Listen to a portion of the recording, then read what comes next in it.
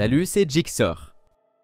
Ton iPhone affiche seulement le logo Apple quand tu essaies de l'allumer, mais il n'arrive pas à s'activer complètement? Dans cette vidéo, je vais te recommander 3 solutions pour corriger ce problème et faire fonctionner ton iPhone à nouveau. C'est parti! En général, si tu rencontres des bugs ou des erreurs avec ton iPhone, la solution la plus courante est de faire un redémarrage forcé.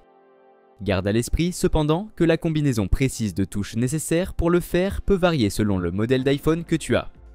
Pour les iPhones avec Face ID, comme l'iPhone X, l'iPhone 11 ou tout modèle plus récent, fais les étapes suivantes.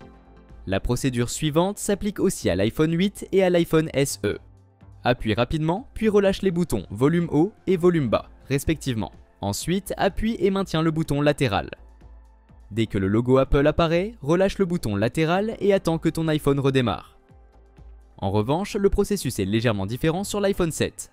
Dans ce cas, tu dois appuyer et maintenir enfoncés à la fois les boutons volume bas et latéral. Continue de maintenir les deux boutons jusqu'à ce que le logo Apple apparaisse à l'écran. Pour ceux qui ont un iPhone 6S ou antérieur, appuie et maintiens enfoncés à la fois les boutons veille et accueil. Maintiens-les et relâche-les lorsque le logo Apple apparaît. Si ton iPhone ne fonctionne pas à cause d'une version iOS corrompue, tu peux essayer d'utiliser iTunes ou Finder pour restaurer ton appareil afin qu'il fonctionne à nouveau normalement. Si tu es sur un ordinateur Windows, tu peux télécharger iTunes depuis le Microsoft Store gratuitement. Les utilisateurs de Mac peuvent utiliser l'application Finder préinstallée. Assure-toi d'utiliser un câble original ou certifié MFI pour connecter ton iPhone à ton ordinateur. C'est important pour garantir que les données puissent être transférées. Maintenant, tu peux entrer en mode de récupération avec la même combinaison de touches que tu as utilisée pour le redémarrage forcé. Mais cette fois, maintiens les touches enfoncées jusqu'à voir l'écran du mode de récupération. Pour vérifier si ton iPhone est bien connecté, tu devrais voir cette icône de téléphone en haut de la barre d'outils d'iTunes. Si tu es sur un Mac, tu devrais la voir sous emplacement dans ton Finder. Maintenant, tu as deux options. D'abord, tu peux simplement mettre à jour ton appareil pour résoudre les bugs de ta précédente mise à jour iOS. Si la mise à jour échoue, ta deuxième option est de restaurer ton iPhone. Malheureusement, cela va réinitialiser ton appareil.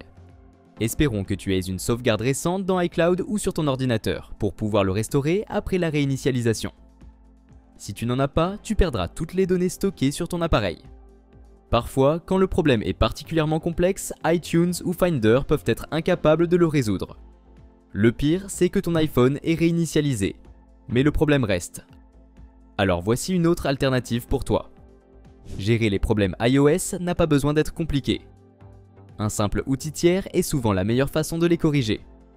Pour ça, je recommande un outil en particulier que j'utilise souvent et que je trouve le plus efficace.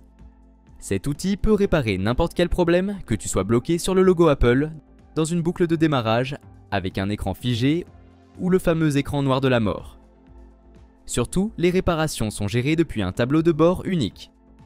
Souviens-toi simplement qu'il corrige uniquement les problèmes logiciels mineurs ou majeurs de ton iPhone, pas les problèmes matériels. Tu veux l'essayer ? Eh bien, je vais mettre un lien ci-dessous pour que tu puisses télécharger le logiciel immédiatement et obtenir un essai gratuit de 7 jours si c'est ta première utilisation. Après avoir installé le logiciel sur ton ordinateur, connecte ton iPhone avec un câble original ou certifié MFI pour être sûr que ton appareil soit reconnu.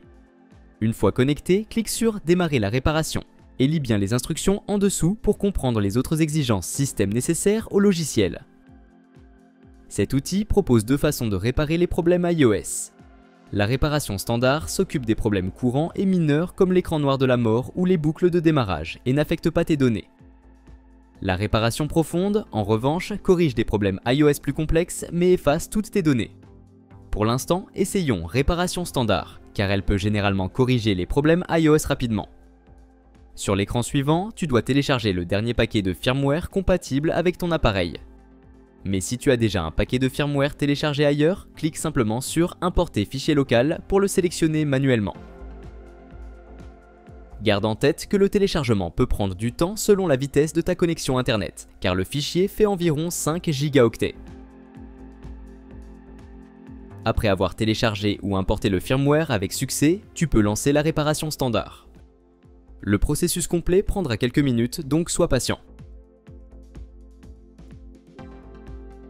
Une fois terminé, ton iPhone redémarrera automatiquement, réglant le problème tout en gardant toutes tes données intactes. Si la première réparation standard ne fonctionne pas, tu peux réessayer le processus jusqu'à ce que le problème soit corrigé. Ou bien, tu peux envisager d'utiliser la réparation profonde pour plus de chances de succès. Souviens-toi simplement que la réparation profonde effacera complètement tes données, donc il vaut mieux l'utiliser si tu as une sauvegarde récente. Et voilà, c'est tout pour aujourd'hui. Si cette vidéo t'a été utile, n'hésite pas à laisser un pouce bleu et à t'abonner à la chaîne. Si tu as des questions concernant cette vidéo ou si tu veux que je fasse un tutoriel sur un autre sujet, écris-le moi en commentaire. À la prochaine.